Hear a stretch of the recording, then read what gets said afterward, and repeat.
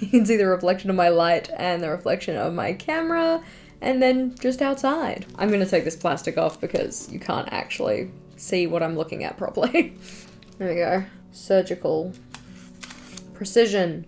If it's not already obvious, I love notebooks, and today we are looking at a very special notebook, which is the official bullet journal. This is a collaboration done with the LT 1917 company, Leuchtturm 1917. I did not pronounce that correctly, but I tried. So a collaboration done by the official bullet journal company and LT 1917 to produce this notebook. Today we're going to be having a look at it, talking about what I do and maybe don't like about it. I don't know, I haven't actually had a look at it yet. I'm just as excited to find out about it as you are. If while we're looking through it you think, hey, this notebook totally sounds like it's for me, and you want to get yourself one, I do have a discount code which is JashiiCorrin 10, which you can use for 10% off your purchases at the official bullet journal store. But enough from me, let's actually have a look at this notebook. In making sure that this is a thorough notebook review, we're going to be having a look at several key areas. The first of which is any background information or claims made attached to this notebook. We're then going to cover structural features, so mainly the stuff on the outside. We then have layout features, so this is looking at the pages inside the notebook, and then we're going to be having a look at the paper itself. If there's anything that you think I've missed, please do drop it in the comments. Always looking to be more thorough in my approach to reviewing things. So if by the end of this video, if there's any other information you would have liked to have known, let me know. Before we jump in, I did just want to mention that of course I do have my own personal preferences when it comes to notebooks. For instance, I prefer thicker paper in my notebooks. I prefer to have bookmarks. I prefer to have a pen loop. I prefer to have bright white paper. I prefer to have a dot grid that is 5mm. So if I'm giving my opinion on any of the features in this notebook, do keep that in mind. So here we have our notebook, newly removed from its plastic packaging. I haven't had a look inside, I'm pretty eager to jump into it. I have used an LT 1917 journal before, but I haven't used the bullet journal edition. As you can see on the front here, it does say that this is edition 2, so it's their second round of the bullet journal notebook, and this one is specifically designed to be used for bullet journaling. So we can see we've got the bullet journal logo on our packaging here, purpose-powered productivity, featured in a bunch of places, edition 2, bullet journal X LT 1917. On the back though is where we get into the majority of our background information and claims. So you can see we've got a little blurb for the bullet journal company, and we've also got a little blurb for LT 1917. So bullet journal says, meet the analog method for the digital age that will help you track your past, order your present, and design your future. Best described as a mindfulness practice disguised as a productivity system, the bullet journal method, aka Bujo, has helped countless people around the world lead more productive and meaningful lives using nothing more than a pen and paper.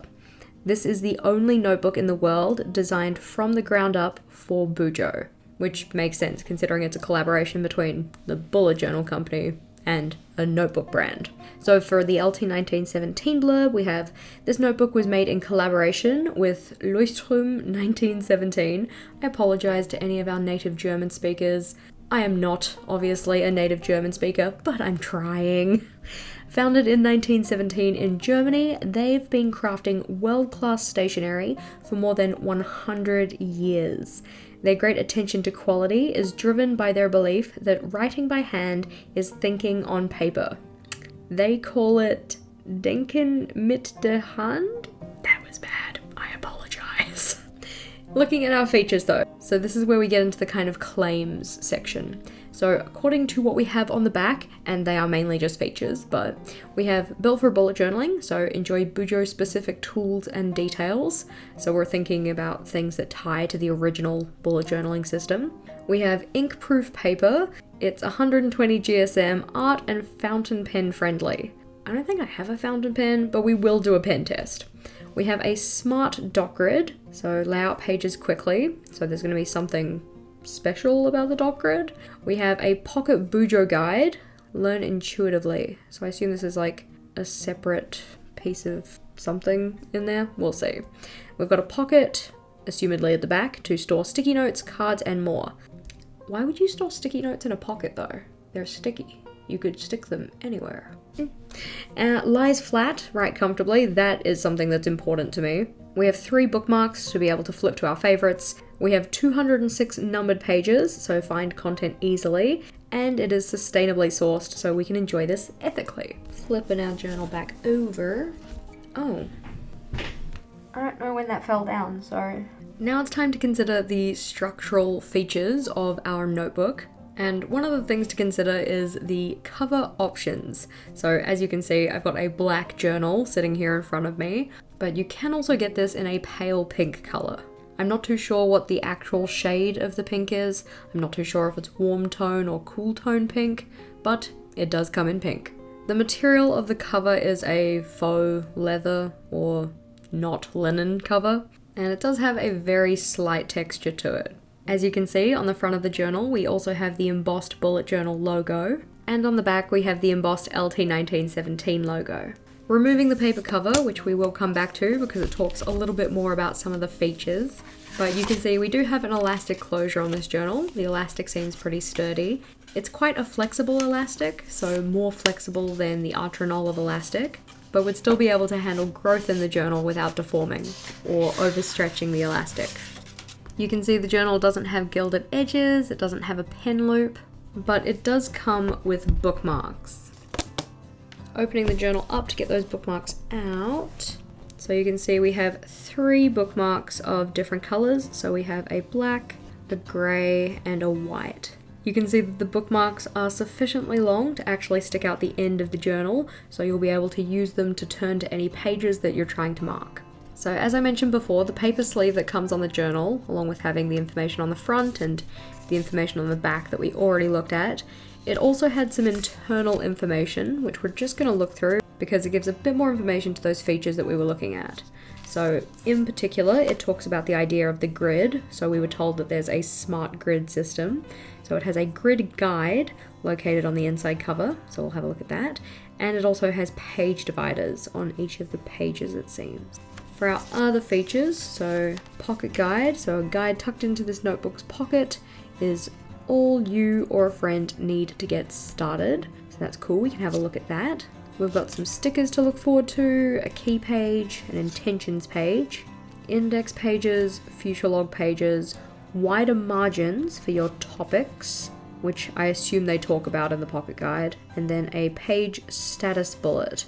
So being able to signify a page is complete or incomplete. Oh yeah, that's pretty cool. On the inside here it talks about the book. We've got some quotes from people. We've also got some talk about a companion app, which I am not going to be reviewing as part of this, because I'm here for the notebook. And we've also got the bullet journal website, bulletjournal.com. And for each of these, they give you a little bit of a description as to what you can expect to find there. So, tucking this guy to the side, let's get into the notebook. Alright, so like we were told on our inside cover, we do have that grid spacing guide. So it gives you the numbers across and down. We have 25 dots that it's counting here. So each of these are counting dots rather than what I prefer to count, which is spaces. So 25 dots across, thus 24 spaces across, and 37 dots down, thus 36 spaces down. It gives you some divisions for different common divisions you might want to make. So a half, a third, a quarter, a sixth, a ninth, and a 12th. It gives you halves, thirds, quarters, sixths, and eighths across. And you can see we also have 2 different types of divisions here. So divisions with a border and without a border. So the ones without a border are in the kind of metallic color, which is really pretty. It's quite a pretty touch, I'm gonna say. And the ones when you include a border on your page, those ones just in white. On the inside here, we also have some little cards which come from LT1917. So a little thank you very much card, and then a little handbook that tells you more about their notebook, I suppose. Yeah, so more about them, more about the sizes that they have, the types of paper they have, that kind of stuff. But we don't really need this for now. We'll put that to the side. We've got the what and why symbol, which is a bullet journal icon, and bulletjournal.com written down here. With a little bit of training, the page does lie flat. Not that you're probably going to write a lot on this page. Flipping over. So these two are stuck together, which is part of the thing that actually secures the book together, so I'm not going to rip that apart. Again, you probably won't write a lot on this page anyways. And then we have the nameplate page. So a very simple nameplate, just 3 light grey lines. And this is considered page 1 of the notebook. So you can see the 1 down the bottom here. Or at least you probably can. Now, one thing I will say, we're going to talk more about it when we get to the pen testing page, is that I've only just opened up this notebook and I can already see some ghosting / almost bleed through coming from our key page, and that's because my key is already filled in. Now, I understand that in the bullet journal method there are certain signifiers or like little bullet types that you use for specific things, but I'm a big believer in defining my own key, and with that already filled in, that'd kind of bother me.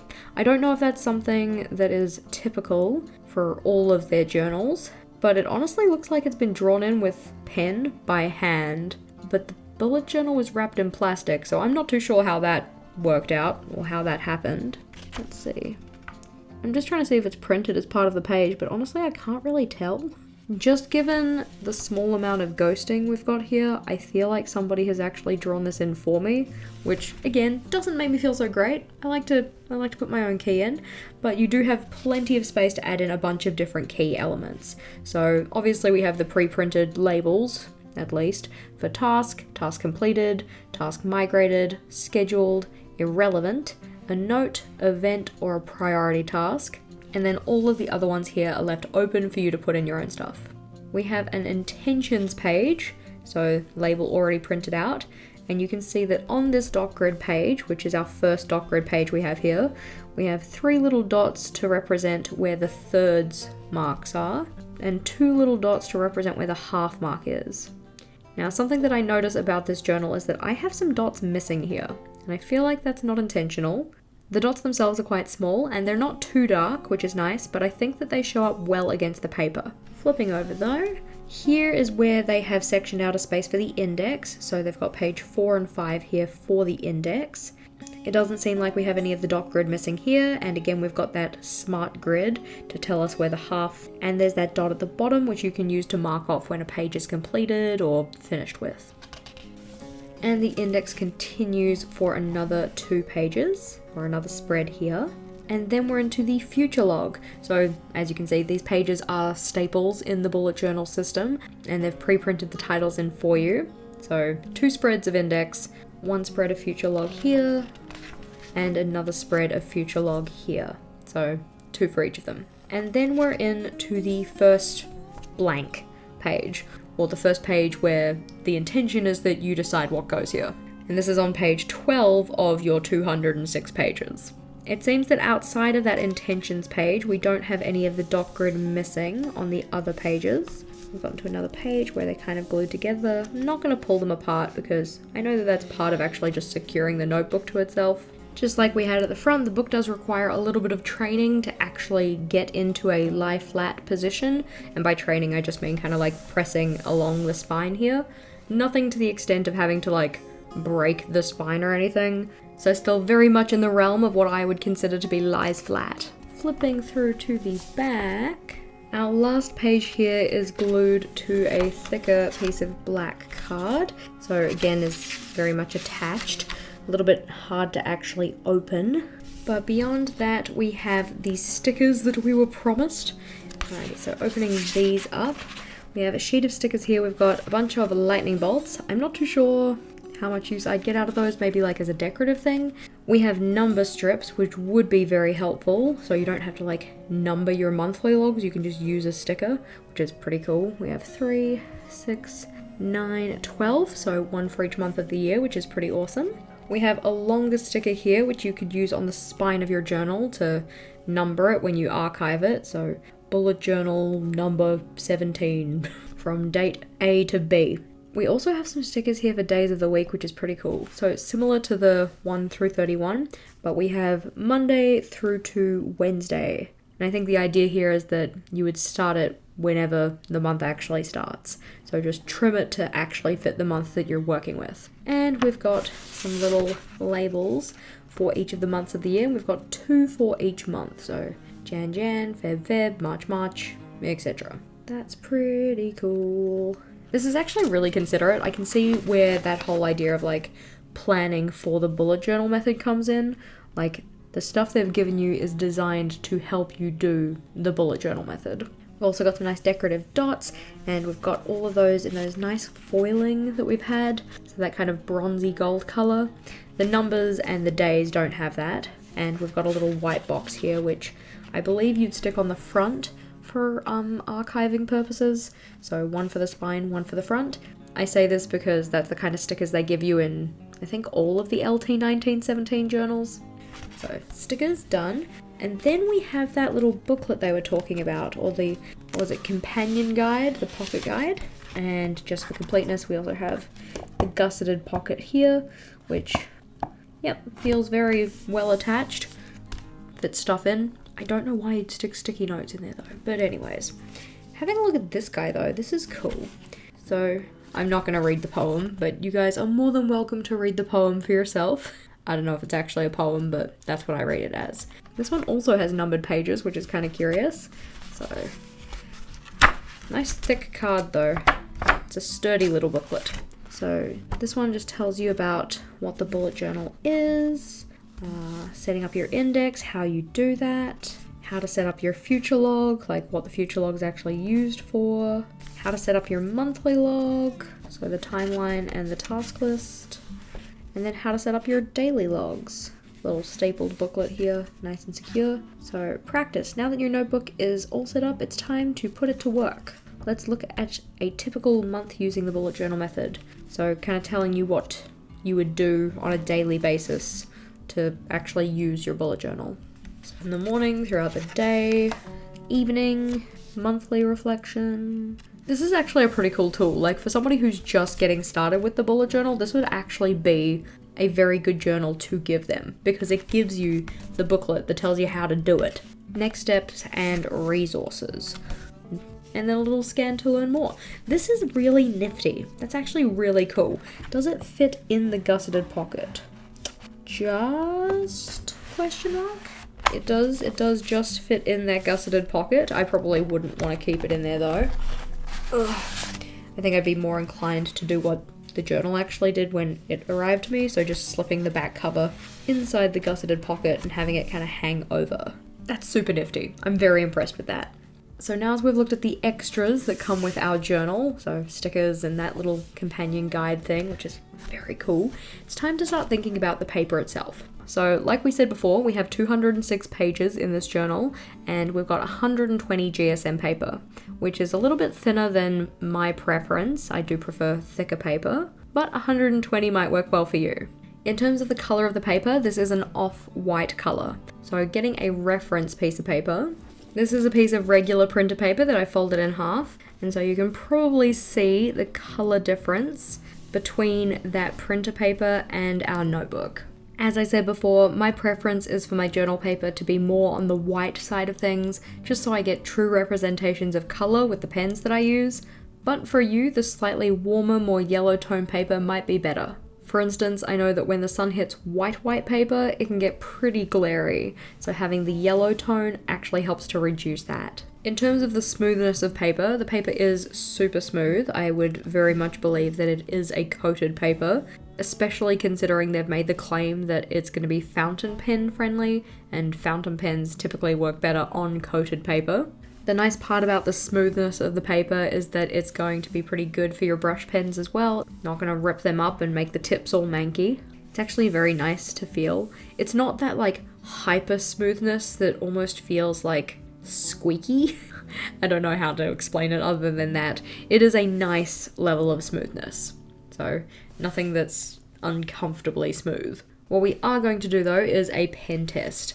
So flipping to a page at the back, I'm going to use this guy here, page 205, as our pen testing page. We're going to put some pens down on this page and then flip it over to see what kind of bleeding or shadowing or ghosting we get. As part of these, I have collected a range of different pens. The majority of them are black. One of them that is not black is the Faber-Castell Pit Artist pen in copper, which is a metallic felt tip pen. I just thought that would be good to test as well. I've also included an HB pencil and a Tombow. We'll talk about them once I've swatched them. For our pen testing, you can see that I'm writing out the names of the pens along that left-hand page. This way we'll be able to flip back to page 203 to see if any of them have bled through or if any of them have any ghosting. And we'll also be able to flip forward to page 206 to see if we can see any shadowing. For some of the pens, so the Zig Clean Color Dot Marker, the Tombow Dual Brush Marker, the Crayola Super Tip, and the Tombow Fudenosuke pen. For these ones, along with writing out the name, I also put down some colour in the way that you might typically use the pen. So a couple of dots for the Zig Clean Color Dot Marker, and some stripes of colour for the Tombows and the Crayola. In terms of our secret word for this video, that one is honest. So like you can see here, we've written out the names of our pens. If we flip forward, we can see if we've got any shadowing. So I'm going to have to pull these pages taut just so we can actually see it. Creasing that down. So for pretty much all of the pens, even the pencil, you can see some shadowing. So by shadowing here, I mean I can see what's written on this page when I flip over to this page. You can't really make out many of the words, like I could probably only make them out because I know what's actually written here, but there is some shadowing happening. We can see that there is writing on this side of the page. In particular, the word pen here shows up pretty well. That's probably because it's a bolder nib though. What's more important, I feel, is do we have any ghosting or bleeding? So flipping back, we can see that the Karen marker here at the top has distinct ghosting, like that one shows up pretty well. We don't have any bleed through on any of them except for this guy here, the Uniball one here. So the Uniball Air Micro in particular does have some almost bleeding. We can see on the ends of some of those letters there is some slight darkness that's building up in those areas. Not gonna lie though, I'm actually pretty impressed because my previous LT1917, which admittedly was only 80 GSM paper rather than the 120 we've got here, that one would have bled with a couple of those pens, I'm pretty sure. I say I'm pretty sure, don't quote me on that, but I would have expected a fair bit more ghosting given what I knew of my previous LT1917s. But this paper is different to that one, so it's not so unexpected that we don't have as much ghosting here. Even with the strips of colour, where in some places I went over multiple times, didn't have any bleed through on those either, so that's pretty cool. We also didn't have any ghosting on the pencil, though that's also not to be unexpected.